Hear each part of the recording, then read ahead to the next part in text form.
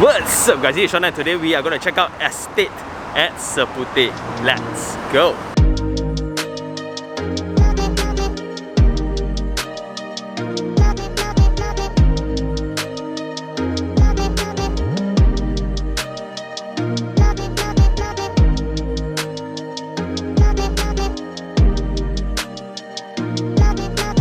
Hey guys, so now we are on site and we can already hear the construction noise. And Seputeh has always been this very serene, low dense, atas kind of location. And if you look from the drone shots, it's full of greeneries. It's in a hill and it's such a hidden location away from the urban city. And this location has always been well known because it has a KTM station called Seputeh Station and its proximity to Mid Valley.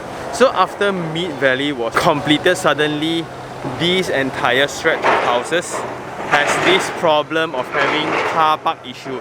All the workers who works in Mid Valley, because they want to save the car park cost, a lot of them just park around the roadside. And this location has direct connection to the Federal Highway, or some call it the Jalan Seputeh. Besides that, it's also at the intersection between the Middle Ring Road.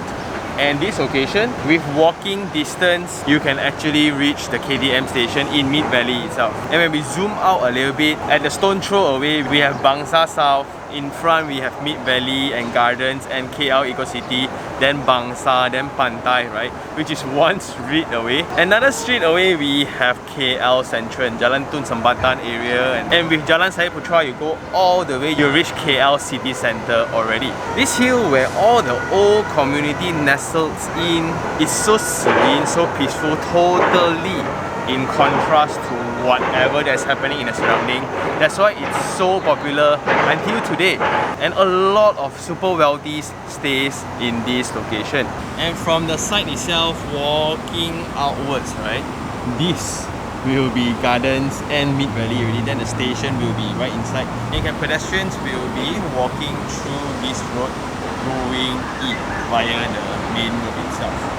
So that's pretty convenient, and that's the main reason why a lot of people rent houses around here.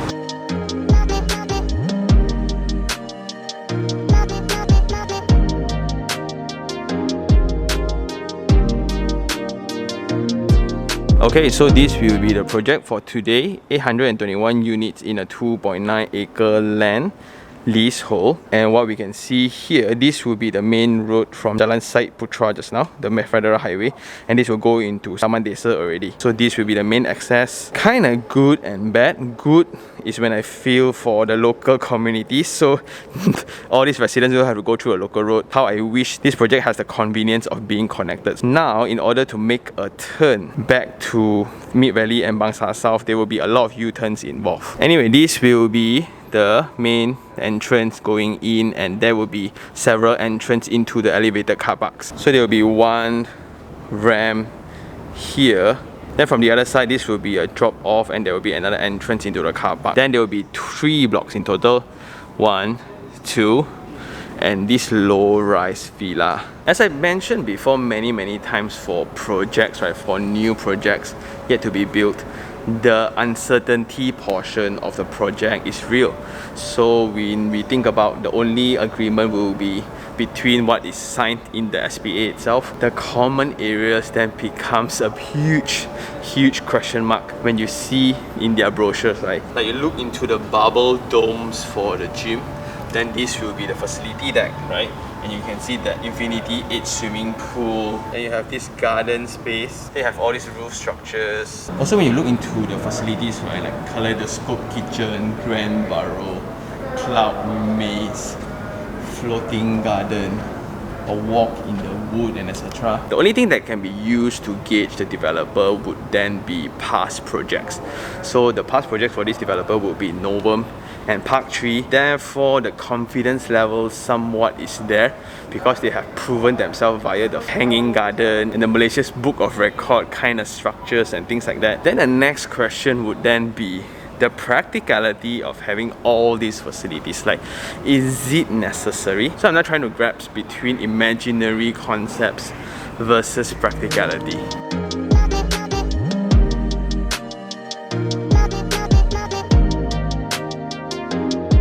Then for facade design, it's pretty standard, right? You have all the windows for the units and etc. That's when I get surprised when you see marine life on the facade. Imagine just living in this space, right?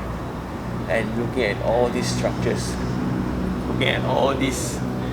Ooh. As special as those areas can be in terms of aesthetics, right?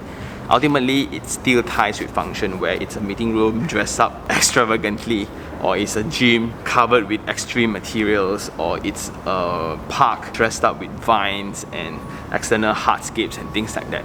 So ultimately, there will still be functionality to it, just that there's this injection of fantasy into all the design. Cool. So coming into the main entrance, so this will be the circulation pattern.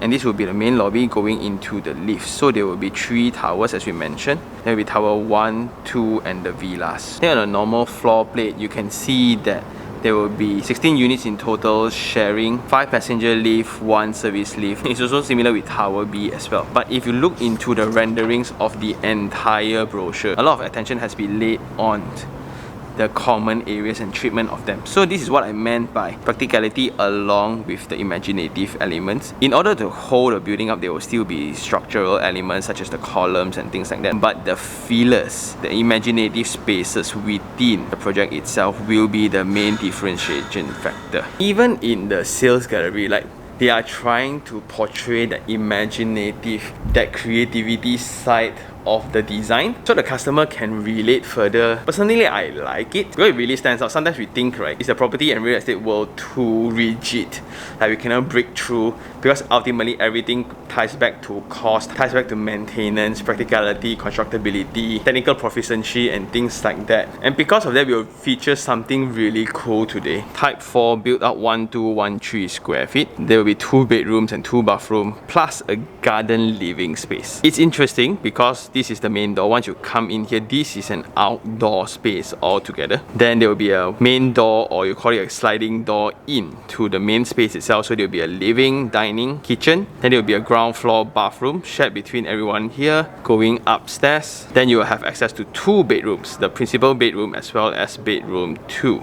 And because this is a duplex, there will be another access here to the corridor on this side. This may look really fun, but let's think about practicality. The bedroom user of this space, in order to go bathroom, either they go downstairs or they will need to share the principal bathroom here. Then also, I don't see storage area, and I have concerns for the outdoor space as well.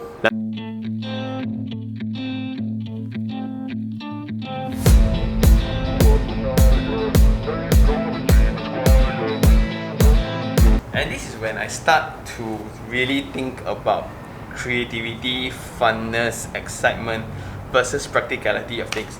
Like this entire space, like from the door to this facade line, is around 8 meters, is huge. Plus with the double ceiling height, it's going to be so nice visually. But I cannot stop thinking about the rainwater treatment, the heat that comes with it, and the material specification in order to weather the weather. Nevertheless, it's going to be a very exciting, out of the norm kind of experience for the layout. And after the outdoor space, this will be the indoor space. And when we go in here, there will be a sharing between the outdoor and indoor dining. And immediately you will have the living space along with the facade. And this wall to wall is 6 meters long, so you have another 2 meters for the staircase. And the price for this leasehold project, it's around 850 to 900 per square feet. Therefore, this 1200 square feet unit is going to be around $1 million. But if this is not your cup of tea, right, they will still have standard units such as the normal dual key, the single floor 2 bedrooms and etc. So those are the best selling ones. And the sales figures, despite MCO, right, the first block is 85% booked. Anyway, in this space, you can really feel the depth of space because it's just nice, a grid line of 8 meters to 8 meters, so they will be columnless in this entire space. It's so awesome. Then for ceiling height is 2.7 meters, and that's the main thing to check when you're buying a duplex. Then this will be the kitchen space. It's arranged in an L angle, so this will be your basin, and this will be your hood and hob. Then you also have a location for your fridge, which is pretty cool. The only thing I wish could be better will be this. But this is the structural element required for the staircase to go upstairs. So I think this is the best that it can do already. But for the exact specifications of what will be provided, do always check with the sales team. But seriously, this feels more like a short stay kind of accommodation. Like, it's so fun, it's so pleasant. Like, this is where I can prepare light cooking, sandwiches or pasta or whatever, not char kway teow lah. And this spatial arrangement allows me to still have connections with my friends and do my chores at the same time. Then walking towards the dining room, this will be the ground floor bathroom. So it's full height wall tiles, shower screen, and there will be a basin here. And this will be by Johnson Swiss. WC is also by Johnson Swiss, which is awesome. But just that there's no ventilation to this window, the only way is to have a mechanical element. Okay, moving upstairs. The width will be around 900 mm and it will require a lot of artificial lightings and treatments. Because I foresee it's going to be dark, as it's all structural elements holding the staircase. It's definitely room for exploration or self-expression if you are into this kind of designs.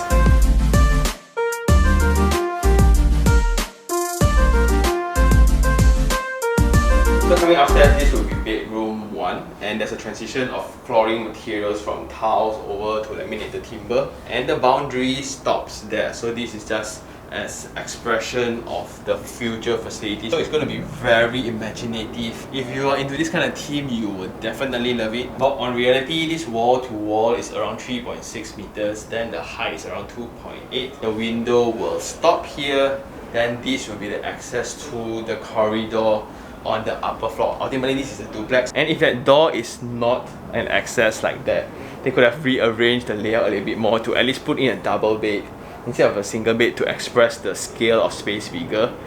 But these are very themed, right? It's very playful, it's meant to be playful. Moving on to the next bedroom, this will be the principal bedroom.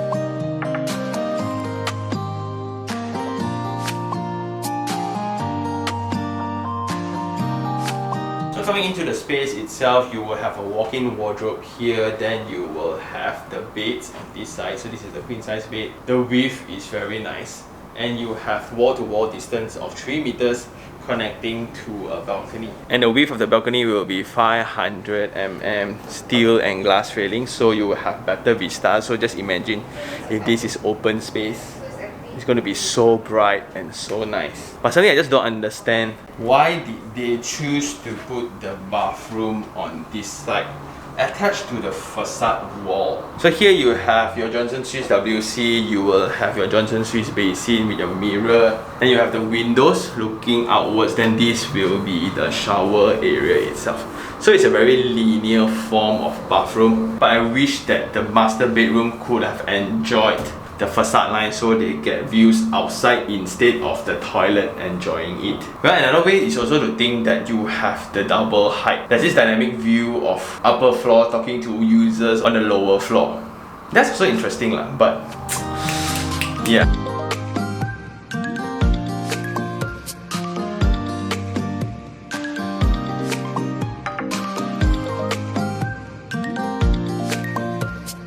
And I think that's all for the project. It's now time for Sean take 3 on 3. For the 3 things I like, number 1, definitely the location itself, because it's sandwiched between main addresses such as Mid Valley, such as KL Eco City, such as Bangsa South, such as KL Central, such as Taman Desa, and it's so close to everywhere you could possibly imagine. And because of the proximity to those main commercial hubs, those main office areas, right, it somewhat forms this very interesting usage of the building. But originally, this location has always been very favorable, especially for people who works around Mid Valley and Garden. So the old neighborhood, you can see all the old houses, generally the tenants, all of them actually work in the offices right opposite. And the second thing I like would be the track record or past records of this particular developer.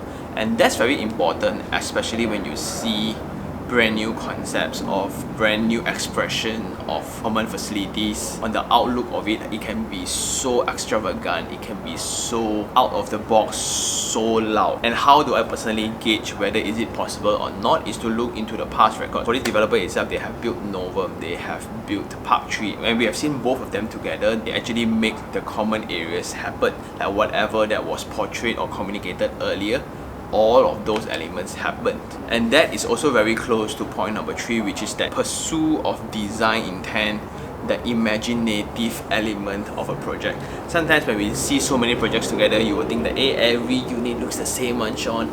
Common facilities are the same, everything is the same. But when you have whales coming out of the building, you have butterflies on the building, you have magic mushrooms and etc. across the facade, that definitely adds excitement to the project. But when we look into practical things, they are still functional rooms like business centers, gyms, community center, common kitchen area, garden pockets and etc. Just that the way they dress it up will be very, very different. And that's a very, very good part, especially if you run this as a short-term stay kind of project. It means if people come here, let's say they just need to go to Bangsa for a while, they like to go into Mid Valley, and it's going to be a Friday, Saturday, Sunday kind of trip, this is fabulous, especially this duplex as well. So when we stay in an apartment all the time, it's very rare that we come across a duplex for a living, and it's so fun to have that different level communication. Like from ground floor, I can just scream downwards, it's so fun. And common areas will look like this. You have such a fantasy land to explore and hang out with your friends, right? It's just so much fun. Plus you're in a location that is so convenient and experience KL all together while living in such an exciting space. The outdoor space then becomes even more exciting when all your friends can just hang out and chill outside, enjoying nature. So much fun. Then for the 3 things I don't like, number 1 would be the access. I initially thought it would be the local road from the internal part of Seputeh itself. It wouldn't be fair to the local communities because the road will be so congested, and imagine so many residents all coming out using the same road. It would be a nightmare for them. And I agree, like DBKL also said that it's best that to have the access outside. And with that access, everything that is so close and near becomes a distance away just because you need to make a U-turn. It's also the same to the train station and the KLIA transit, which is next to the site. The entire access experience is not going to be as pleasant. That's why I resonate a lot with the common areas treatment. It's designed for you to be in another different space altogether when you chill around the unit. But every time when you come back home, you need to go through under the bridges, so many different branches of the highway, and it's just a very busy intersection because one goes to Taman Desa, one goes to Old Klang Road, one goes on to Pasar South, another one goes to NPE. It's just a very, very busy intersection altogether. And with all the elements, the second thing will be the noise level, right? Yes, behind you will be all residential, mountains and greeneries and luxury bungalows, so those will be very quiet. But on this side instead, there will be traffic noise and the KTM track along with the KLIA transit. So now the variable to that will be the window treatments. And the last thing to really talk about then will be the practicality elements of all these imaginary creative expressions. Yes, it's definitely so cool. From a property enthusiast, it's awesome, right? To have a facade where you have natural elements coming out from it, protruding out. At night it will look splendid. The experience into all the spaces are awesome. But when practicality hits, when reality hits, such as maintenance costs, 5 years, 8 years down the road, how do you change elements if part of the kaleidoscope cracks or part of the mushroom is not working or malfunction? Where do you get parts? Do you have the specialists around still? And is it very difficult to replace things that is one and only? Also, I felt that a lot of attention are spent on common areas instead of the internal layout. Like this principal bedroom, I would prefer that the toilet to be rearranged in a way where you have mechanical ventilation instead, then you have the facade line 100% to the bedroom instead, then a garden space. It's very, very exciting. But when rain hits, when humidity hits, when the heat comes, the maintenance element is going to be such an headache. And I guess that's all for this episode. Shout out to the team for having us. And do I like this project? Yes. right? This is going to be a very exciting, it's definitely out of the norm. I really enjoy the intent of trying to push boundaries for the real estate industry. On the practical terms, nobody would want to build things like this, but it's when they challenge the boundary, exciting things happen. So they will only choose to resolve the potential issues later. But to me, this is more of a short-term stay kind of accommodation. I can easily see myself spending Friday, Saturday, Sunday here, just enjoying the facilities and the convenience of the location. You practically can go to anywhere in KL. You also spend a lot of money because Gardens is right opposite lah. And with that, thank you very much for watching. If you really like this episode, like it, share it, and even subscribe for more information like this. Until next time, this is Sean Dunn. Ciao.